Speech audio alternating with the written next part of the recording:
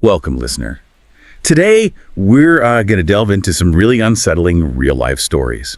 We've been looking through material from the YouTube channel Lazy Masquerade, specifically their collection about, well, creepy real neighbors. Our goal here is to unpack these anecdotes, these really chilling stories. We want to pull out what makes them so scary and maybe understand a bit more about that thin line between just normal life and something truly disturbing. These aren't made up. No, these are real accounts, and it's fascinating in a disturbing way how they really highlight the hidden dangers that can be right there, just over the fence. It challenges how we think about safety, about community. Yeah, definitely. And we'll be keeping a serious tone throughout this. These are unsettling realities we're exploring. Okay, so let's get into the first one. This story comes from a girl who was 12 years old at the time. She'd just moved from Dallas to this small town in Texas. She describes living on what she called a ghetto block, but it was right next to these impressive, really well-kept homes in an older historical part of town. Quite contrast then. Yeah, strange mix.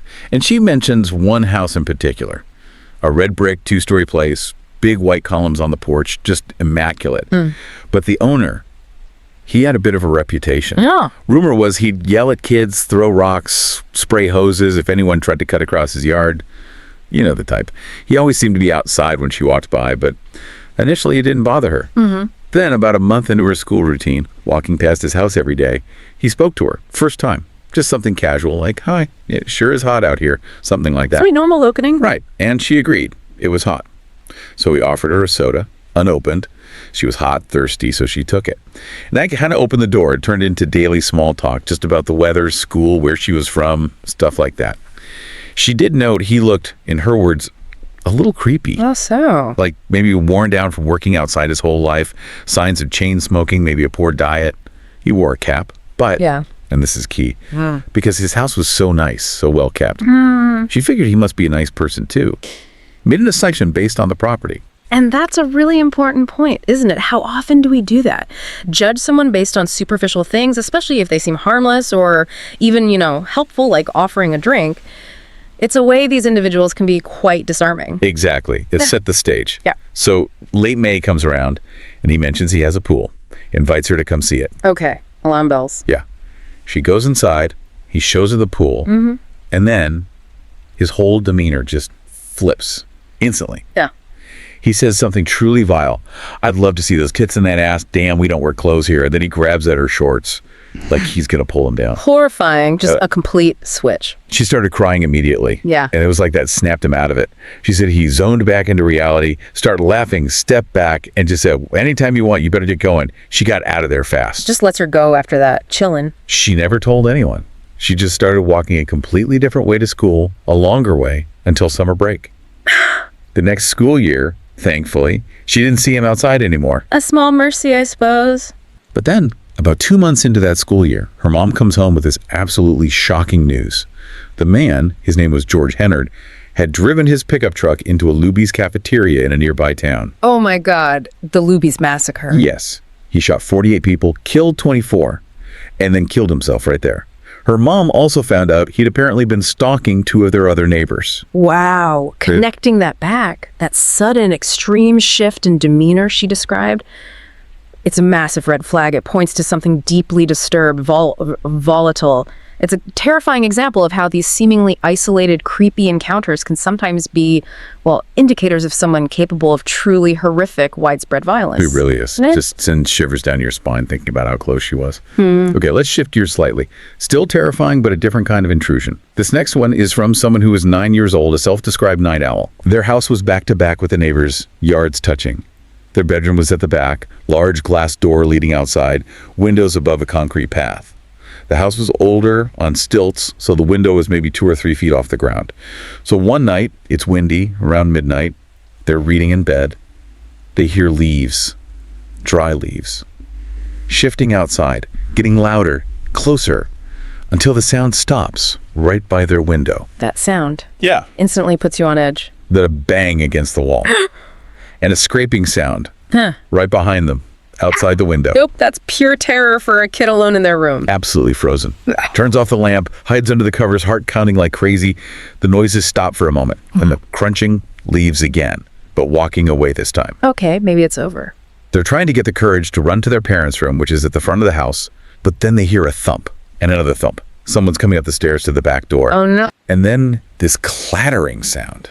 Metal wind chimes they had hanging low by the door. Whoever it was must have bumped into them in the dark, trying to peer in the glass door. Couldn't see the child was inside, presumably. Right.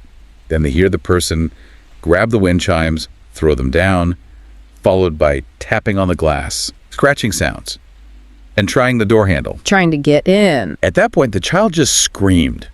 Absolutely screamed their lungs out. I mean, understandably, that sequence, the sounds building, the scraping, the wind chimes, then trying the door, it paints such a visceral picture of escalating terror. It shatters that sense of safety you're supposed to have in your own bed. Their dad came running, baseball bat in hand, like a knight in shining armor, she said. He went outside, checked around, but came back saying he couldn't find anyone. So, mystery intruder. That's what the child thought for years. They refused to sleep in that room again, ended up in the lounge. The parents eventually had to rearrange all the bedrooms in the house because the kid was just too scared. That trauma sticks with you. But the truth came out much later, years later. The narrator is 20 at a family dinner, and the dad finally spills. He says, I did find someone that night. He did. Who was it? It was their neighbor, Yeah. Bill, the father of one of their friends from school. Their dad caught him trying to climb back over the fence between their yards. The neighbor, Bill, trying to get in. Yes, and the first thing Bill said to the dad when caught, just incredibly chilling, he said, oh, did something make her scream? Wow. Not what's wrong or I heard a scream, but that, it's almost knowing. Like he knew exactly what he was doing and the effect it had. Exactly. And the dad also revealed he'd found Bill's ladder lying on its side near the child's window the next morning. Another detail he'd kept hidden all those years. So he was actively trying to get into the child's room via the window first, then tried the door. Seems like it. Just the betrayal. A family friend. That shift from familiar neighbor to potential predator is terrifying. And that specific question Bill asked, it's just such a disturbing awareness, maybe even satisfaction in causing that fear. It's deeply unsettling. Utterly. Okay, let's look at a different kind of threat. Not physical intrusion, but a threat delivered right to the door. This story is from someone named Eva. She gets a handwritten letter pushed through her mail slot late one night around 11 p.m. A letter? Okay, what did it say? It was something else. It read, Eva, you put some food on the stool and bus shelter at the top of the street, or I'll smash every window and kick out at anyone in your house. Make sure it's nice food, or mark my words, I'll kill you. Do it in 5 minutes, or watch what happens, P.S. Just put some food up there and that's it. Thanks. Wow. That's bizarrely specific and incredibly threatening. Nice food and a 5-minute deadline with death threats. Right, just completely unhinged. And this wasn't from a total stranger exactly. It was from a guy who lived up the street. Eva had only spoken to him once, very briefly, when he knocked on her door by mistake and she just pointed him next door. That was it. So barely an acquaintance. Pretty much. She called the police, obviously. Found out this guy had been harassing several other women on the street, apparently particularly targeting single mothers with babies under 6 months. That adds another layer of predatory behavior.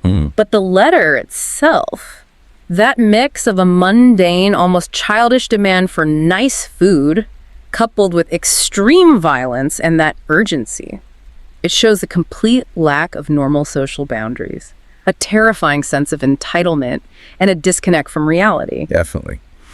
The good news, such as it is that the guy was eventually evicted. Okay, some resolution there.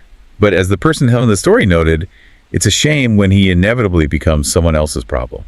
And that really hits on a systemic issue, doesn't it? How do communities deal with people who are clearly a threat? Often, eviction just moves the problem along. It doesn't solve it, just shifts the danger to another unsuspecting neighborhood. It's a cycle. It really is. Okay, so what happens when the person isn't just a strange neighbor, but someone you know, someone your family trusts? This next story is from around late 2005, early 2006. The narrator was 8 years old. It involved her neighbor, Mark. He lived around the corner, and he was actually a friend of her parents. Now, her parents were apparently super overprotective. Trying to keep her safe. Exactly. But even they couldn't have known, couldn't have predicted that their friend, Mark, was secretly a pedophile. He had abused 3 of his own children and the narrator's cousin. Oh, God. That's horrific. Hiding in plain sight. Completely. The specific creepy encounter she remembers happened after the truth started coming out. Her cousin, who was abused back in the mid-90s, finally spoke up about it in 2005. That must have taken immense courage. Unbelievable courage. Right. Rumors started swirling around town, but the narrator, she's 8, busy climbing trees, didn't even know what the word pedophile meant. Just a kid, oblivious to the adult darkness. Right. So one night, after this stuff about Mark is starting to circulate, he knocks on their door. The narrator, being a nosy child, as she puts it, runs to the door to see who it is. Mark's standing there, kind of in the shadows of the porch. But when he sees her, his face lights up for a second. And the look in his eyes, she described them as black, empty. It stopped her cold. That look still haunts her. That moment of seeing something else behind the familiar face. Exactly. Mark tells her dad he needs a place to stay. His wife, Sally, kicked him out. Trying to leverage the old friendship. Yeah. But the dad, despite the history, politely refused. Mark apparently practically started crying, talking about his kids, trying to gain sympathy. But the dad held firm, ended the conversation, didn't let him stay. Good for the dad, sticking to his guns there. But that description, Mark's composure, the attempt to look vulnerable, play on sympathy while his eyes betray that darkness. It's chilling. It shows how abusers can maintain that mask, using trust and pity, even as the walls are closing in. It really does. The aftermath is grim. Mark had abused the cousin while babysitting him. He later pleaded guilty, but somehow avoided prison time. Just got put on the sex offenders list. Unbelievable. Years later, his eldest daughter decided she was going to go to the police with more information, or perhaps her own story. The very next night, Mark hung himself. His wife, Sally, who had actually taken him back, found his body. Such a tragic cycle. And there were rumors, the narrator mentions, that Sally might have known about the abuse earlier and either hid it or ignored it, and that Sally herself was physically abusive sometimes. The kids suffered immensely. One attempted suicide at 13. The narrator's cousin, thankfully, is doing better now, but obviously deeply affected. It just underscores the devastating, long-lasting trauma. It's not just the direct victims. It ripples out, destroying families, trust, everything, and the perpetrator's suicide. It ends their actions, yes, but it offers no real resolution for the victims, no justice for the profound harm, and the silence that often allows it to continue for so long. It's incredibly heavy stuff. Okay, one final story. This one involves a tense encounter, maybe less overtly violent initially, but deeply unsettling. It takes place in what the narrator calls a villa community, like 15 houses off one long driveway. Okay, sort of isolated setup. Yeah. The narrator's home alone one night, watching a movie, family's out. Around 10:30 p.m., knock on the screen door. Late for an unexpected visitor. It's a man she's never seen before. He claims to be a neighbor. And he says, your dad or your brother left his car lights on in the parking space. You really should come out and turn them off. The helpful neighbor approach again. Right. She replies smartly, okay, I'll tell my dad when he gets back. But the man persists. He repeats, you should come out now and turn them off. It's going to kill the battery. And then again, really pushing, you really should right now at that moment come out with him and turn the car off. That persistence is the key red flag there. It moves beyond helpfulness into something else. He's creating this false urgency, trying to manipulate her into coming outside. It sounds reasonable on the surface, saving the battery, but the insistence is off. Totally. So her intuition kicks in. She tells him, okay, I'm going to call my dad right now and tell him about the lights. Good move. Calling his bluff, essentially. And as soon as she says that, the man finally starts to walk away. She immediately slams the main door shut, locks it, runs to the back door, locks it, piles chairs against it, even grabs a butcher's knife and puts it under the coffee table. Full defensive measures. Smart reaction. Then she looks out the window towards the parking area. And the chilling part, her dad's car lights were not on. The parking area was pitch black. There it is. The whole thing was a lie, a pretext to lure her outside. Exactly. She never saw that man again. That story really drives home the importance of trusting your gut. Her intuition screamed danger, even though the request sounded semi-plausible. It was the persistence, the feel of the situation that was wrong. And acting on that feeling, not dismissing it as paranoia, likely kept her safe. That gut feeling is a powerful survival tool. Absolutely. So looking back at all these stories, what's the pattern? What ties them together? It seems like the most terrifying stuff often happens right where we're supposed to feel safest, in our neighborhoods, sometimes from people we actually know. Yeah, that's a huge takeaway. And the common thread seems to be deception. Whether it's the friendly neighbor offering a soda, the concerned person about car lights, or even the family friend hiding darkness, there's often this element of disguise, of testing boundaries, of things building slowly until the mask slips. Normalcy itself becomes the camouflage. Which makes it so important to listen to that internal warning system, right? That gut feeling. Even if someone seems polite or the situation seems okay on the surface, those little things, the weird insistence, the strange request, the look in someone's eyes, they can be genuine warning signs. Exactly. It highlights how fragile our sense of security can be and why we need, well, not paranoia, but a healthy vigilance, an awareness of our surroundings and the people in them, and trusting ourselves when something feels off. It's definitely a sobering thought that behind ordinary doors, sometimes even right next door, real darkness can exist.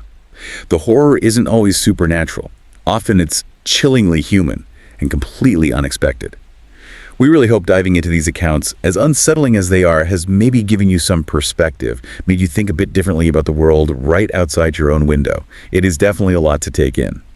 But understanding these kinds of dynamics, these hidden, sometimes dark parts of human behavior, is important, I think. Absolutely. And it leaves you with a question to maybe ponder. How do you personally balance that natural desire we all have for community, for connection with neighbors, against the very real need for personal safety and vigilance, especially when faced with something or someone unexpected? That's a great question to leave things on. Until our next deep dive, stay curious, stay aware, and definitely keep those eyes open.